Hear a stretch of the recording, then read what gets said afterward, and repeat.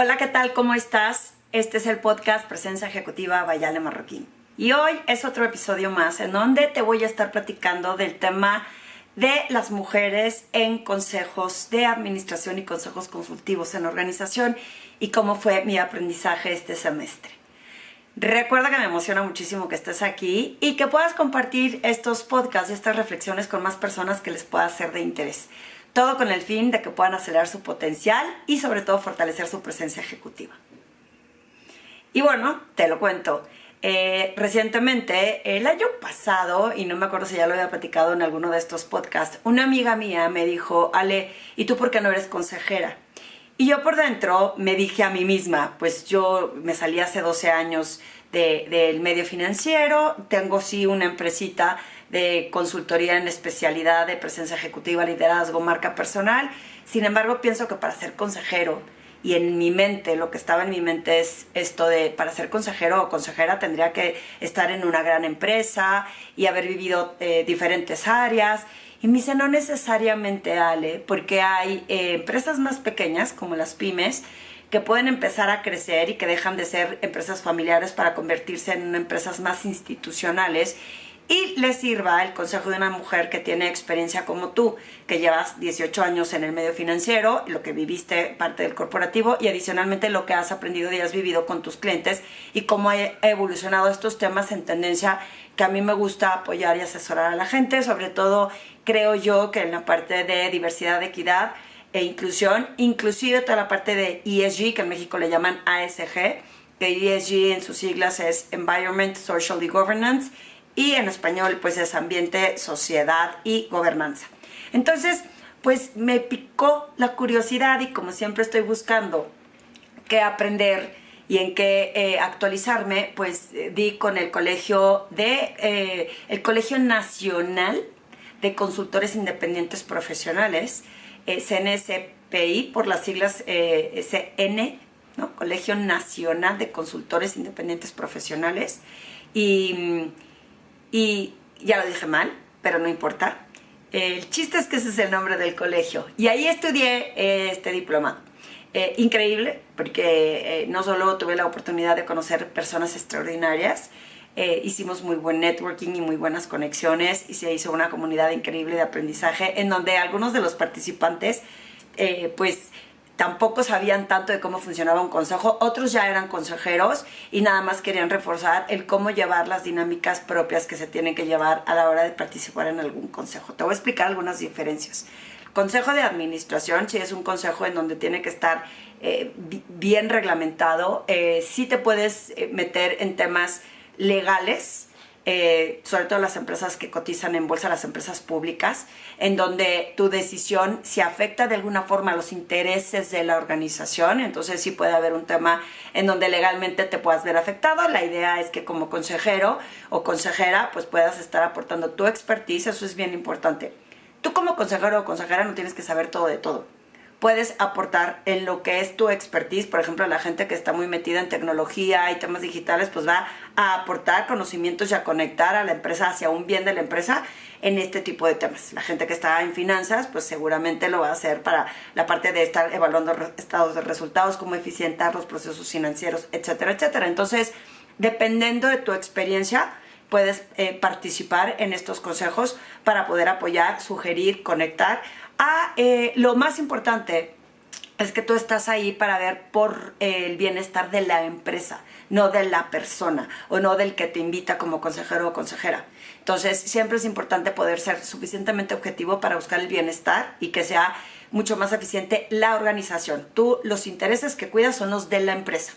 Entonces, bueno, dicho sea esto, imagínense que éramos como 13 creo que participantes y solamente 2 mujeres. Y me llamó mucho la atención platicando con mi compañera, porque ella, María Luisa, que la verdad se la recomiendo muchísimo porque es una coach excepcional. Ella estuvo muchísimos años en Empresa Manpower. De hecho, la voy a invitar a uno de los podcasts para que platiquemos entre la diferencia del coaching que hace ella y las asesorías o consultorías que hago yo en presencia ejecutiva y liderazgo. Y la realidad es que platicando le digo, ¿qué es lo que hace que las mujeres no estén participando en este foro? En el colegio nos dijeron que había habido otros años en donde sí había habido más mujeres.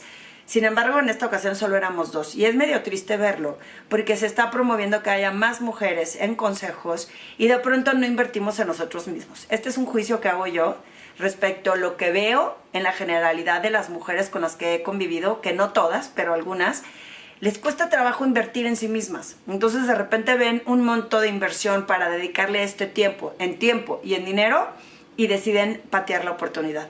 ¿Por qué? No estoy segura si por cuidar el dinero, porque no está en claridad. A veces creo que cuidamos tanto el dinero que no se nos olvida que tenemos que invertir en nosotras. Y ves todos estos hombres que estaban ahí, que le invirtieron, ya sea ellos o su organización, en estudiar este tema para estar más familiarizados con lo que es la estructura de los consejos. Pienso que ese puede ser uno. El otro es, ¿qué posibilidades hay que la mujer pueda ocupar puestos de consejo en una organización cuando desde la organización no están promoviendo mujeres en puestos directivos? Entonces dices, ¿cómo voy a ser consejera si no me promueven? Y entonces si no me promueven, pues no tengo el expertise o la sensibilidad, el aprendizaje, la experiencia para poder apoyar o aportar en un consejo. Entonces creo que empieza desde también promover que las organizaciones tengan más mujeres en puestos directivos. ¿Para qué? Para que puedan participar en estos consejos. Aún así, yo considero que si tienes la experiencia, aunque no sea en dirección, puedes intentar meterte a aprender sobre el tema de consejeros. Hay más empresas, más colegios, más lugares donde puedes aprender. A mí me llamó la atención porque yo lo que quería eran 60 horas, 4 meses, de poder tener conversaciones no solo con mis clientes. Y si bien mi intención no era per se ser consejera, aunque el disparador fue a través de mi amiga que me promovió, sí, mi intención era poder sostener conversaciones con mis clientes de lo que se tiene o lo que se espera que llevar en un consejo y qué tendrían que hacer o cómo sostengo esta conversación y tengo estos diálogos con mis clientes, ¿no? Hoy cambié de opinión y pienso que sí puedo contribuir en pequeñas empresas, sobre todo en la parte de formación, insisto, de que sea una comunicación para llevar una buena gobernanza, que la parte social se cuide a la gente, al empleado, qué se tiene que esperar para los planes de sucesión, cómo desarrollar a estas personas y sobre todo cuando son consejos familiares, cómo se pueden comunicar entre ellos, que una de mis fortalezas es la parte de comunicación, para hacer que las cosas sucedan, para influir, para persuadir, para tener estos diálogos, ¿no? Entonces, pienso que por ahí puede haber mucho valor que ofrecer. Pero bueno, vamos a hablar de por qué la mujer en los consejos es importante. Y me di la tarea de hacer un poco de investigación de por qué las mujeres podrían aportar mucho más, y voy a tener que leerles aquí de un artículo que ahorita les doy la fuente, en donde dice, tenemos diversidad de pensamiento. Las mujeres en consejos directivos incorporan diferentes perspectivas. Y hablábamos de cómo está hecho el cerebro del hombre y la mujer, y los hombres tienden a pensar del lado izquierdo de diferente forma que las mujeres. Entonces, si podemos generar esa diversidad, esa perspectiva y ese nuevo forma de pensar o desde cómo se ve un reto, puede ser súper enriquecedor, que a veces no es considerado porque no hay mujeres. Entonces, si tú, mujer, me estás oyendo y piensas, es que yo qué voy a decir, porque los hombres lo dicen de esta forma. Recientemente en uno de los grupos que doy de mujeres, me decían, Ale, es que el hombre esperaría que yo fuera o contestara como ellos lo hacen. Y está equivocado ese patrón de pensamiento, porque tenemos que pensar como somos nosotras, porque esa perspectiva puede sumar desde otro punto de vista. Podemos aportar también a través de un mejor rendimiento financiero, es lo que se va a provocar cuando una mujer participa ahí, porque la diversidad de género fomenta la innovación, impulsa la creatividad y promueve la capacidad de adaptación, lo cual es fundamental en un entorno empresarial competitivo. Entonces, todo esto que estamos proponiendo para que haya más innovación, se generen mejores rendimientos, sea eficiente las operaciones a través de que participe una mujer y desde el punto de vista de cómo lo vemos. Se puede mejorar la eficiencia y la gestión, porque mejorar la eficiencia y la calidad de la gestión. Las mujeres aportan habilidades de comunicación efectiva, algo que les acabo de decir que por lo menos a mí tengo esa gran habilidad, la capacidad de colaboración y habilidades de resolución de problemas, que contribuye a un clima laboral más positivo. Cuando las personas están contentas en la organización van a rendir mejor porque tienen este sentido de pertenencia, porque se sienten valoradas, porque saben que no necesariamente solo por el dinero que les vayan a dar es porque van a estar contentos. Entonces el hecho de que una mujer propicie y promueva estos entornos culturales puede ser un factor importante que en ocasiones, recuerden que ha cambiado el mundo y que antes las empresas estaban solo enfocadas en conseguir los resultados, iban hacia el resultado, resultado, resultado, y olvidaban a los stakeholders, que puede ser el cliente, que es el cliente externo, el accionista, que es al que le dan los resultados, el empleado y la sociedad. Entonces, si la participación de una mujer promueve cómo cubrir estos 4 stakeholders, va a ser mucho mejor el resultado en el tiempo sostenible. ¿A qué me refiero? Que va a ser, lo dije mal, sostenible en el tiempo, que una empresa dure más porque tiene cuidados estos 4 pilares o estos flancos. ¿Por qué? Porque si no tenemos cuidado de esto, hay costos de oportunidad cuando se va la gente, cuando hay rotación de empleados porque no se quedan, porque no están contentos. Hoy sabemos que las generaciones jóvenes, si no están contentas, no se quedan en una organización. Y es un costo importante para la empresa porque si pudiéramos tener todos los KPIs o los números de lo que se pierde cuando estás constantemente teniendo rotación de empleados, eso lo puede hacer aportando una mujer en un consejo. Y por último, impulsa el empoderamiento femenino. Se rompen barreras y se generan modelos a seguir, fomentando así una mayor participación. Sobre todo, cuando las mujeres están buscando que tengamos más puestos directivos, cuando las mujeres estamos buscando que se vea que podemos tener este equilibrio entre la vida personal y profesional, y adicionalmente participamos en los consejos en donde se toman decisiones importantes, pues es un ejemplo para otras generaciones y otras mujeres de que se demuestre que sí se puede. Ahora, les voy a pasar el recurso de donde saqué esta fuente del por qué debe de haber mujeres en consejos, y es bien importante que también sepamos que ahora que fui a Dubái, uno de los temas cuando hablaban de los consejos y de las mujeres en consejos y de los puestos directivos de mujeres, hablaban de la cuota. Y ahí crea un poco la discusión que te dice que debe de haber cuota o no debe de haber cuota. Hay quien está a favor de la cuota y hay quien no. ¿A qué me refiero con la cuota? Y que tenga que haber un número determinado de mujeres en puestos directivos o en consejos. Pero entonces se pelea porque dicen, si pongo que tiene que haber forzosamente un número determinado de mujeres, quizá no tengan la capacidad. Pero que lo rellené porque puse a las 2 mujeres que me pedían. O porque le rellené porque puse a las 2 directoras que querían, pero entonces no tenían la capacidad. Y es ahí en donde algunas personas están a favor y otras en contra, porque el chiste es promover que las personas tengan esta capacidad de aportar valor. Y sobre todo las mujeres. Entonces, es que es primero el huevo o la gallina. Teniendo esta discusión con alguien más, también llegábamos a la conclusión de que si no se empieza por una cuota para obligar a que haya más mujeres, entonces nunca vamos a dar ese paso que requiere que las mujeres participen por su capacidad. Primero tienes que empezar con el ejemplo de decir, ok, vamos a poner más mujeres y demostrar que se puede tener y, ¿por qué no?, poder ponerles las herramientas para que tengan esta capacidad.